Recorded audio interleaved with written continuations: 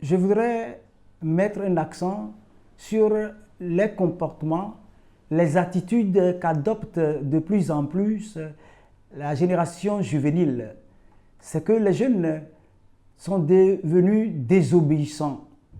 Il n'y a plus de retenue, il n'y a plus de circonspection. C'est comme des chevaux débridés qui vont à la recherche de ce qui est interdit.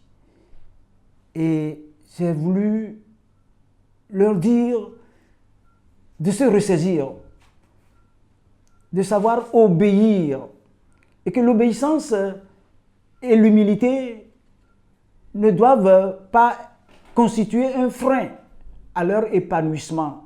Bien au contraire, il faut recevoir une bonne éducation pour pouvoir bien réagir dans la vie active.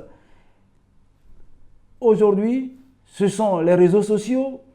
Aujourd'hui, on va avec le coït et on oublie qu'il y a des maladies.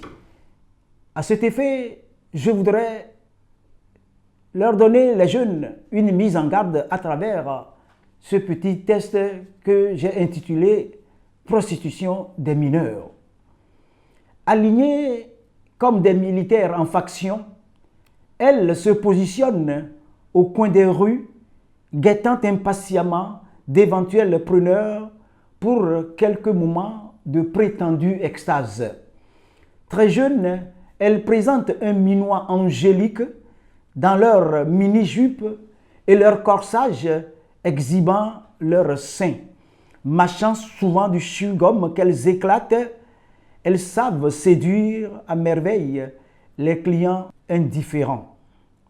La peau saupoudrée de produits cosmétiques, ces filles de joie vénales ne sont guère fidèles. Malheur aux libidineux en quête d'aventure qui se font piéger par ces cyniques jouvencelles. Pendant combien de temps ces dragueuses vont-elles encore enchanter? Puisse la gente masculine se méfier d'elles pour être enfin à l'abri des IST et du sida qui déciment à longueur de journée l'humanité. Alors j'espère que ces propos ne sont pas tombés dans les oreilles de sourds, bien au contraire, les jeunes doivent freiner leur fredaine, éviter de jeter leur gourme, continuer à être des chevaux débridés qui avancent escaladant toutes les clôtures au risque de se faire briser les chines. À bon entendeur, salut!